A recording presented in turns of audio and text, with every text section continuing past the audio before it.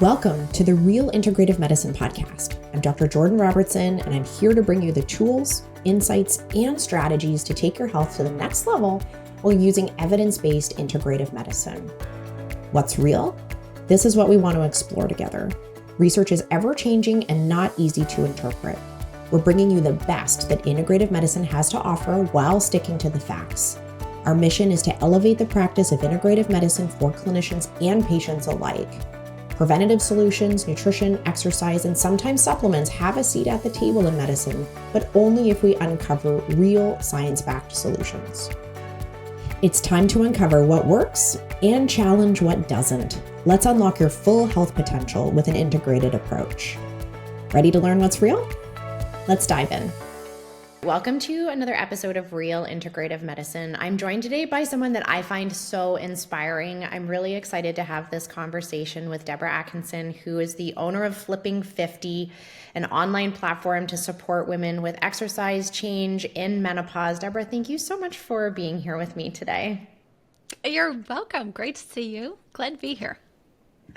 Yeah, and I was sharing just before I hit record that when I was in practice, I actually referred to personal trainers and people to help with exercise change more often than I think maybe any other professional, or occasionally it would be second to like a psychologist, because I knew how important it was for women to have support in their exercise in order for them to actually be able to make change. And there was time where maybe I thought this was my personal bias because I need to be coached and trained in order for me to actually be successful with my exercise. But when I met Deb and listened to the way she talks about the health and wellness industry and fitness professionals, I knew that I was not alone in knowing that women needed a lot of support to make this change in menopause. Can you walk our listeners through who are new to you, what your career has been like and how you got to this place? You've helped so many thousands of women. Wow, yes. So in looking back, it's surreal. It's about as surreal as saying, I'm going to be a grandma this year. It's like, well, how could that be? But this is my 41st year full-time in fitness. And I want to make that distinction right there. And that often one of the questions, and we'll get to this later, someone will ask a trainer is, how long have you been a trainer? How much experience do you have? And that can be very deceptive because many in the fitness industry would not have survived if we didn't make use of people who do this part-time. It's their passion. They love it. And some of those people are very good at it. But coaching 5 hours a week is not the same as eating and sleeping it for day in, day out. And your nightstand shows it, and all the books that you're reading show it. So it's been my full-time gig in many different ways for 41 years. And I jumped ship at 30 years in, and I wanted to actually help trainers and coaches market and sell themselves. And you may get turned off by that a bit if you just heard that. But the reason was, the ones who are really good, have the knowledge and have the heart, didn't like to sell and market, and they didn't see the importance of it. They thought, build it and they will come. Create the card and they will come. Put the card at the front desk and they will come. And that's just not the way it is. And still, let's look at it. Only 20% of us are exercising as much as we need to just benefit, our health, let alone really thrive in life. So we needed to teach them. And I knew as a kinesiology senior lecturer for 15 years that it was all the great students who went out, and a couple of years later they'd come back and say, could you write me another letter of recommendation? And it wasn't because they were getting a promotion. They were going to get a real job because they couldn't make money in fitness. And I thought, this is terrible. Well, we know things have changed a lot, since then. The pandemic changed a lot for a lot of trainers, but we're in this pandemic now of you can change your title in seconds on Instagram and nobody knows. Are you an influencer or are you an expert in what you do? And so we're left, all of us, to sort through all of that. So my job, my goal is to make it easy for people to find the good ones. I still coach trainers and health coaches, but working with women in midlife and menopause, I've learned how distinctly different training needs to be for them. I think there were some who would argue the training isn't any different, and it's true the body parts aren't different. However, the type and the timing and the dose that we do need to be very different for women to thrive. So it's working with all levels of, from consumers, you're just getting started, you're experienced, but now what you used to do doesn't work anymore, to trainers and coaches and helping all of their clients get better, that I hope to have the impact. Do you know what I was dying for when I was a practicing clinician? I wanted someone to summarize the latest research, tie it up with a nice little bow, and deliver it to my inbox every single month.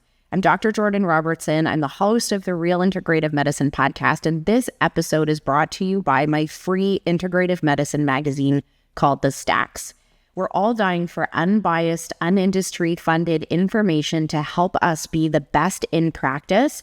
The Stacks delivers you quality articles every single month on the latest research on things you care about in practice, as well as opinion articles and business advice for integrative practitioners and naturopathic doctors.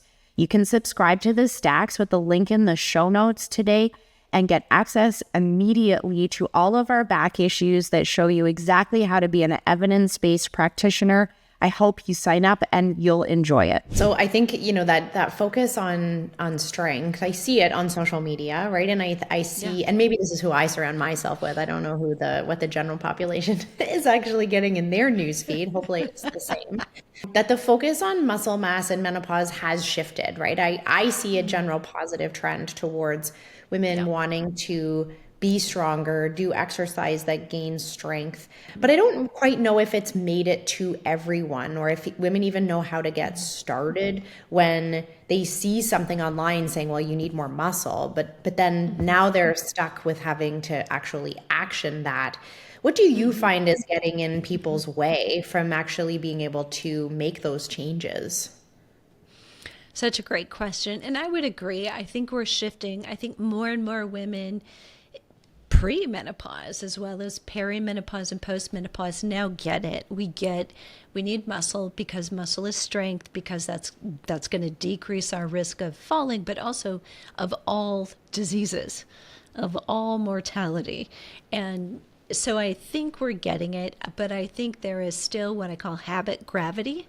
And that is that, if I'm standing there and I'm looking over here at my skinny jeans and I'm looking over here at my future, the one that's immediate is the skinny jeans, unfortunately. It's like, I want to look good. I want to look slim. I don't want to, I don't want to increase. And I hate to use the word bulk, but, there is still that fear that I'm going to have more muscle, so I won't be as small. And women have this kind of, I want to shrink, I want to get smaller, I want to be petite, and some equate with, size and value somehow is greater.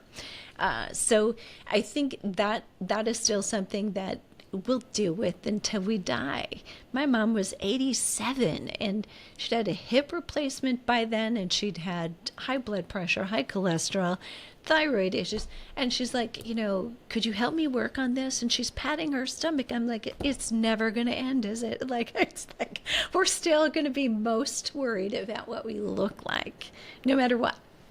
So I think just dealing with that and realizing I don't care how you start or why, because it's a 2-for-1. You're going to get the longevity when you get the rest of it. So that's a huge bonus. I think where we have the gap right now, because Jordan, I think we're hearing what's possible. I think we're hearing we can reverse bone density. We can reverse bone loss no matter what. It's not just, that's only possible up until the age of 20 or 30. It's like, no, we're seeing it happen in women in their 50s and who are older and lifting appropriately. But it is, we can do box jumps, we can do high impact exercise. And yet there's the gap of where do we start? I think that still scares women either because they do have a history of every time I start exercise, I get hurt. I've heard that as many times as I've heard nothing I do anymore works that used to work. I've heard both those so very often. So I think there's a gap of where do I start and what is a smart progression so that I do not get hurt and I begin to feel stronger and get the benefits. We want to walk that line, and it can be different because although we can give you a blueprint, every one of us is a thumbprint of life experience, and some of us have had trauma in falls, in sports, in car accidents, and we've got to deal with all of that life experience that our bones, our joints, our ligaments, and our muscles have had, as well as our memories about being the last picked on the bench in 7th grade. We've got all these scars, from all different kinds of things. So I think knowing where to start so that you can start feeling successful, not so sore that you can't sit down. Because I think many of us got wiser, in the last few years. We're wise enough to know that's really, not where I want to go anymore. I don't need to be that sore, and yet we want to get results. And that's where I think personal trainers can sometimes go wrong. Personal trainers feel the pressure to get their clients' results quickly enough so that they don't leave, so that they feel like, okay, I bought in, I'm seeing and feeling better, so I'm going to stick with it. I think sometimes personal trainers will jump in and be one of two things. They'll either go so long, so hard, so extreme, somebody is sore or does get injured, or the opposite. They'll treat a woman, who might be 60 as if she needs chair aerobics, and a noodle for the water. And, hello. We don't, we're still strong and vibrant, and we've done a hell of a lot more than some of those young guys, and probably could tolerate a lot more. But we need this middle ground. We need to really, first of all, be taken as a unique individual. What's true for you, health history, activity history, what do you like, what do you hate, and where's your energy level right now? And I think that's the other thing missing is intake. There's PARQ, physical activity readiness form. Anybody who's participated in activity has filled one out before. It's not enough. And it's what every fitness trainer's been taught to give as this is it. This is the baseline. And it's all I need to know. Maybe they do some movement screens and watch you move, which is what they should do. But we need more information. We need to know if you're sleeping. We need to know if you have any prolapse, pelvic floor issues. And no trainer ever that I've known has ever asked that. And I worked with trainers for 7 years. Supervised 250 personal training sessions, and am embarrassed to say I never had my trainers ask that question. I didn't know what I didn't know at that point. So now we know, collectively, when you come in, we need to ask a lot about you in order to give you a better fitness program. You brought up so many great points there. I think, to that point about individualized care, I think that's what we all deeply desire, right? Is that someone looks at who we are, thinks about what we need, and develops a plan for us. And I think that's where personal training can be so beautiful, because we have this expectation that person's going to kind of, I'm going to say hold our hand, but I don't mean that in a patronizing way. I mean that in a very positive way. Hold our hand and help us see what's possible physically through exercise. When I think about trying to engage in exercise in my 20s and 30s, it was often alone, right? Wandering around like a global gym being like, well, how many bicep curls should I do? I guess I'll do 6, or actually I kind of think I should just do 5 because I don't really feel like doing 6. I never hit my own potential doing that. And yet that was what exercise was.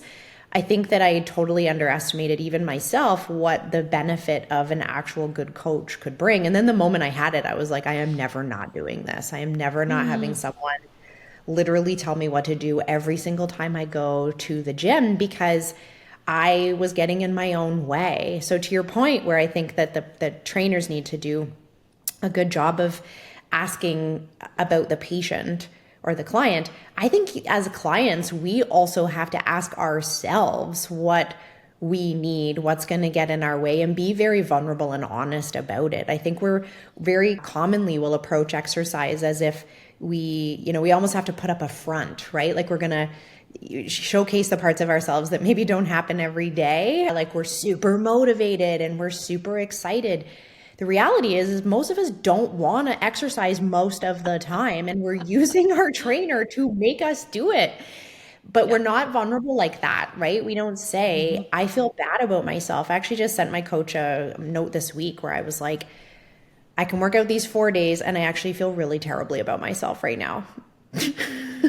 Because I knew by saying that, this shoulder injury I have is really getting in my head and I'm really frustrated, that he would be able to support me in moving through it. But quite often we don't approach that dynamic and that relationship in the way that we need to get what we need out of it. So it's like the trainer didn't ask enough questions and the client didn't give enough vulnerability. And now neither of us are getting what we need out of that experience. That is so true. And having been a personal training director and have roughly 20 trainers at different locations, often what happens is when a client cancels, because that's often what happens when you're not vulnerable, like you just were, you're an anomaly. By the way, you're a unicorn, I will tell you that. Instead, they'll cancel.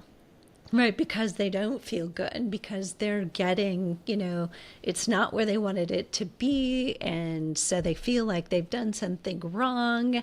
And then the trainer, though, when they get that information, instead of following up and probing, like what's really behind the cancellation, the trainer takes it personally. And now we've got both of you with all these messed up emotions. And it's like, as a director, I'm just like, it's just not a good thing. But knowing that, from whichever side you might be listening, it's a great opportunity. I mean, following up and really being totally honest, because the results you get are going to be so much better if you can. And you realize that these conversations are total, under an air of confidentiality. Nothing is going to be spoken outside of this, but we're going to actually help you break down what is true and what is just a belief that you have that may be a lie, Yeah. It's almost like, I'm going to call it like, we'll say like feminine exercise, right? Or like that, like we want to inject some feminine into people's relationship with their trainer, because it isn't just, and I've had trainers or coaches in the past where their approach with me was like, just try harder. And that never landed with me. Like I'm a tough kid, but I never responded that well to like, get your shit together, Jordan, and try harder. I respond very well to like, what is happening in your soul today, Jordan, and why do you feel like you can't lift this weight? I actually think that having that level of connection and vulnerability with your coach goes so much further, and it actually allows us to acknowledge that women don't feel the same way every day, and that impacts greatly your ability to show up for yourself and to show up in your exercise. I think we need to lean into that, right? I think that can be so beautiful if we actually acknowledge that we are women exercising, not that we are women trying to exercise like men, and approach it with the same kind of feelings that we like to approach everything with. So with all of our feelings. Yeah. Yeah. Oh gosh. Yeah. So true. And I think that if as a female, I think it's really too easy, especially if you are like a leader and you are known to have like a certain personality among your friend group or colleagues. I think it's really easy to say, no, I want a trainer who's just going to push me, but not really get in touch with that side of yourself, and leaving that out of the equation leaves so much, that you could be tapping into. And I think part of this comes back to, everything goes in cycles. And for a woman, so much so, whether it's a whole cycle of life, like you're in perimenopause versus premenopause, you're in postmenopause, that comes with a different mindset, a different feeling, a different opportunity. But for women who are regularly cycling still, or even irregularly cycling, week to week, you may feel a little different mojo about what you're doing. And that's legit, totally legit.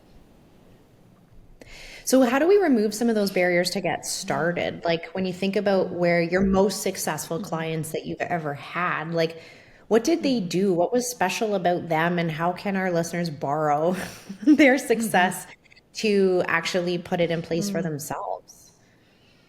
Well, I think what you've really alluded to right here is, first, before you even think about where do I want to go, where should I go to get help, and is get really honest, sit down with pen and paper, or however you take your dictation or notes, and get really honest about, how do I want to do this best? Do I want to do this one-on-one? Do I want to do this in a group? Do I want some initial direction and then some instruction so I know what to do when I'm on my own? I mean, really paint a picture of what would be ideal for you. Because unlike you, I always like the guidance of having a coach, but I like the coach telling me what to do, and I like independently to go and do it. And, I don't know that I would love every single session to be actually with somebody and have them. I'd hit somebody, but I think I would really rebel against that. I don't like being told what to do. Can you tell? So, but get honest and know, are you a one-on-one person? Do you like to do it solo? Do you like a group? Do you want to blend, some of that together? Knowing, do I want to do this at home? Do I want to do this at a gym? Do I want to do a little bit of both and have the luxury of no matter where I am, or if I'm traveling a lot, figure it out and not have any obstacles to me exercising? Is that why you need this support and help? So I think if you first of all get really honest about what it is that I need and I want, and I would look back, because all of us have an instance where it didn't work out for us. And I would look back and say, what was it about that didn't work? And was it a situational moment in my life where I just had so much on my plate? That was it. Because we've just recently reached out to a lot of our, what I call alumni, who were members for a while, and reached back out and said, hey, we'd love to have you back. And, so in this last, actually talked to one of our coaches today, she'd met with 5 people this morning, every single one of them. It was not, it was too expensive. It was too hard to use. It was life got in the way.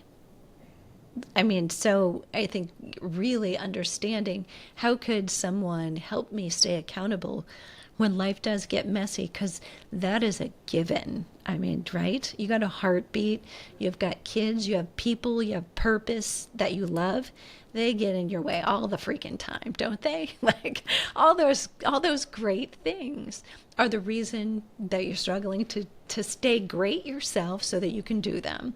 So you want to really, I think, put a finger on that. And then I think you want to ask the right questions of somebody and know that they know your stuff. They know stuff about women just like you. So, something I've said in my TED Talk, and I've said it ever since, that we didn't know. If women didn't know to ask, is that program built based on science, featuring women just like me? And none of us knew to ask that 10 years ago, 5 years ago, maybe. And as a trainer of trainers, I have chills right now because it still makes me a little nauseous. I didn't know to ask that question. None of us did. We just took position statements and guidelines as this is for everybody. And so knowing that you've got to ask, is that a program built for me based on women just like me, and asking questions like, how is this different than what you might do for a man? How is this different for what you might do for a young woman? And being able to listen and detect, is this an honest answer? Is this a really good answer that you feel good about? Those are great ideas. I always tell my patients, or when I saw patients, that they needed almost like a second reason to go to do their exercise, because their first reason was never going to stand up in a really busy week.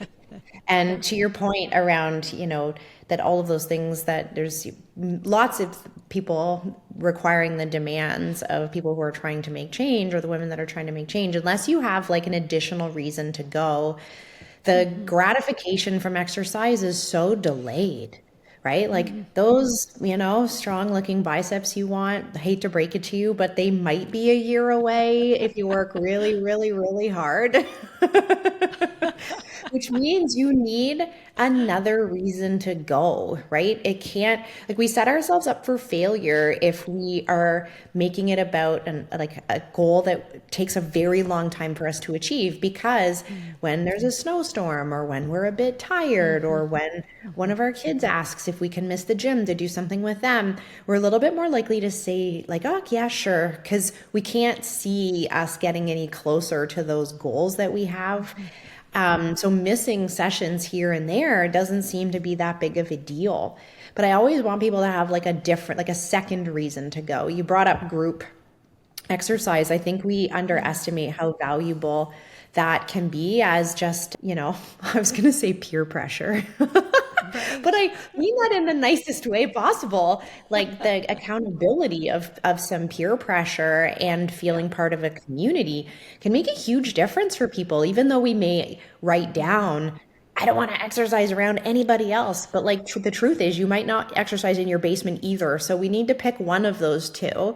And sometimes the group actually gets people to commit, even psychologically, to being part of a community that actually helps them get out the door. It becomes like their second reason for going. So agree. And I think there are lots of ways that you can get that too. I think, you could commit to a group of friends and say, all right, let's all do a certain challenge, or here's the goal I'm picking. We do this at my team meeting every Monday. And it's like, Jonathan, I know you're working on push-ups. Where are we at right now? And Anthony, I know you're working on losing 100 pounds. Where are you at? How's that going? Do you need any support? And we check in with each other on, individual goals. They're not the same, but, it's not Weight Watchers, but we clap for each other, It's like, or, support each other. Like somebody's going to be asking about this and it matters. So I think, yeah, so true that you want to have that bigger commitment. And here's what I would say to other people, though, in terms of maybe not the biceps right away, but I do think there is immediate gratification. It's a shift, though. If your sole motivation is to look better, that part is coming. But, you'll probably look better if you sleep better tonight, and that is pretty immediate. So if you work out today, you're going to sleep better tonight than if you hadn't worked out today.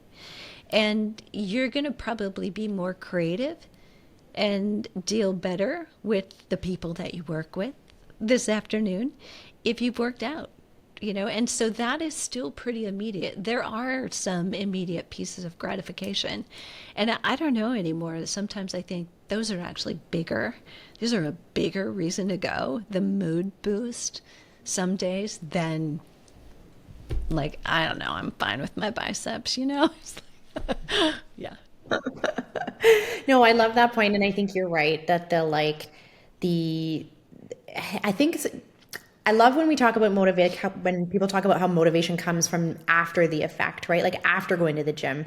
Some people are inherently motivated. They wake up in the morning and they're like, I'm going to hit it out of the park at the gym today. But most people actually feel that satisfaction and motivation after they've done the action, not before. And if we sit on our couch and wait for this, kind of like libido, right? Like if you sit on the couch and you wait for this lightning bolt to strike you, for you to go down in the basement and to do your video workout, you'll wait forever, right? You'll wait for years, and then you'll never actually do the exercise.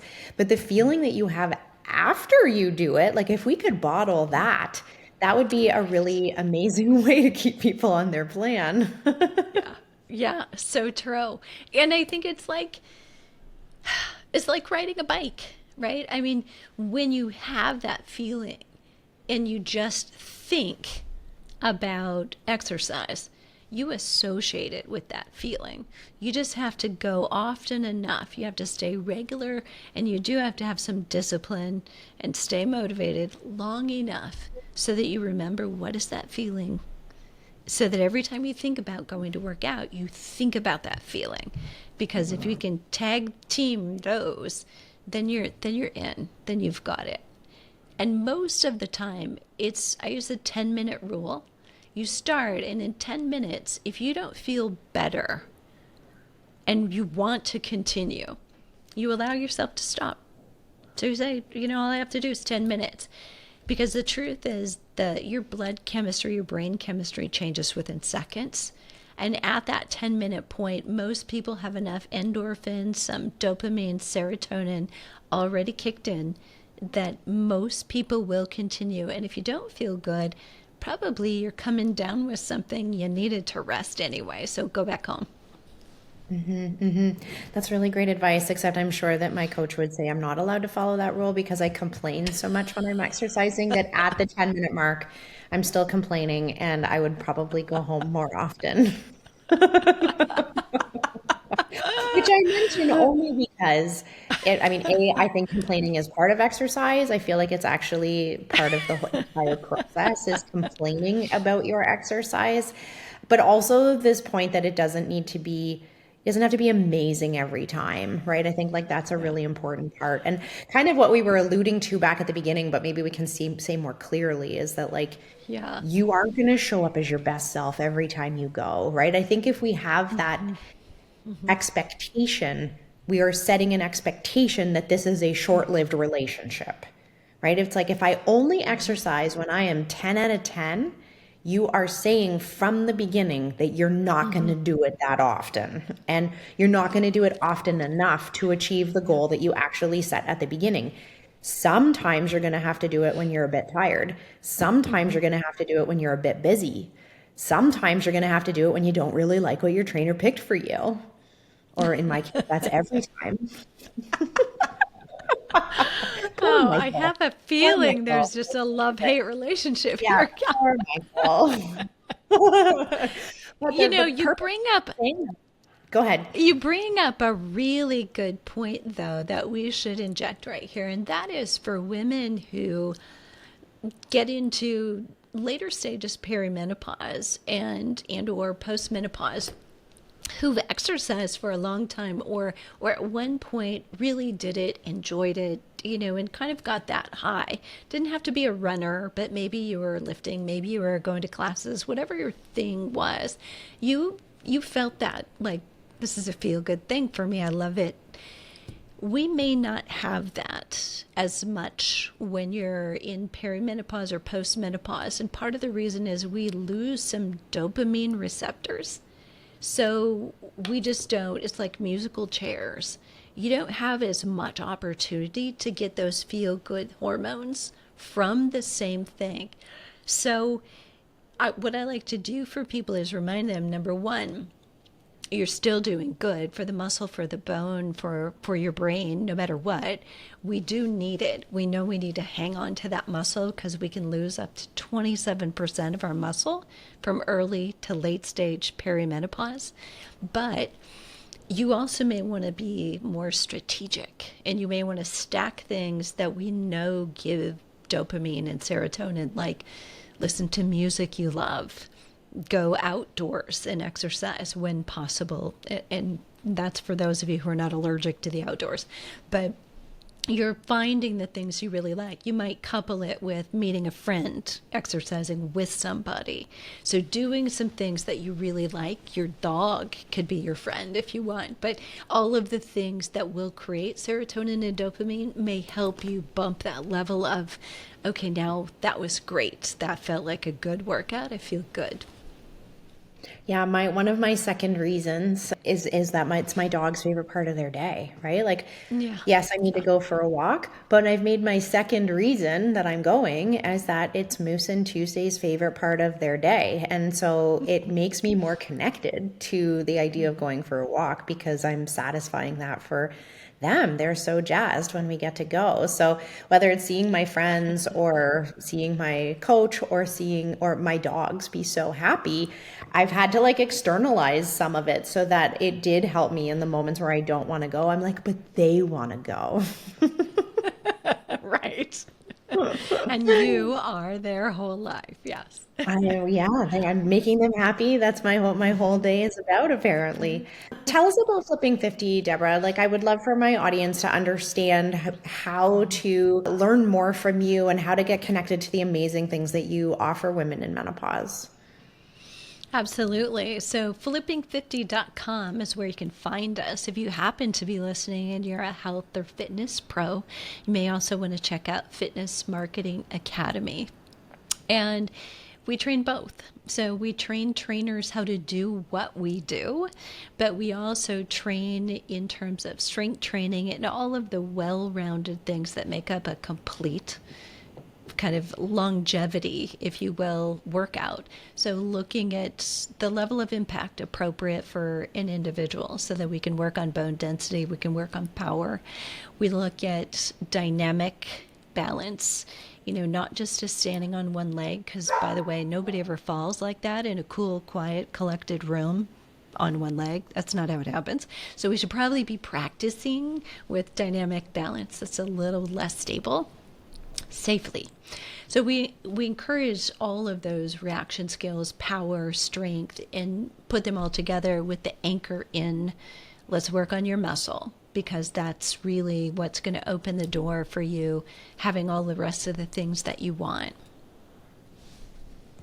I love that. Yeah. And we'll put the links to those websites in the show notes so you have an easy link over. Deborah's also an awesome follow on Instagram and has a great YouTube channel too. So lots of accessible information. And really, like, one of the things that I've just loved about you is that you live it, right? Like, I think that that's one of the things that makes it so accessible is that you live and breathe everything about fitness and, a healthy lifestyle, that it's like you are role modeling for women as they age to do it in a way that is so powerful and so capable. I think that that's such an amazing thing for women to look up to, right? And to say, like, this is actually possible for me. Because I think we have this vision, or at least I have vision of, some of the women that have come before me, that they weren't exercising in their 40s, and so then not in their 50s, and then definitely not in their 90s, and maybe focusing on things like their weight and aesthetics and things that maybe weren't going to contribute to them living these like independent lives. And so I think you do such a great job of role modeling that for women, Deborah. And so I would love for people to get connected with you in a deeper way.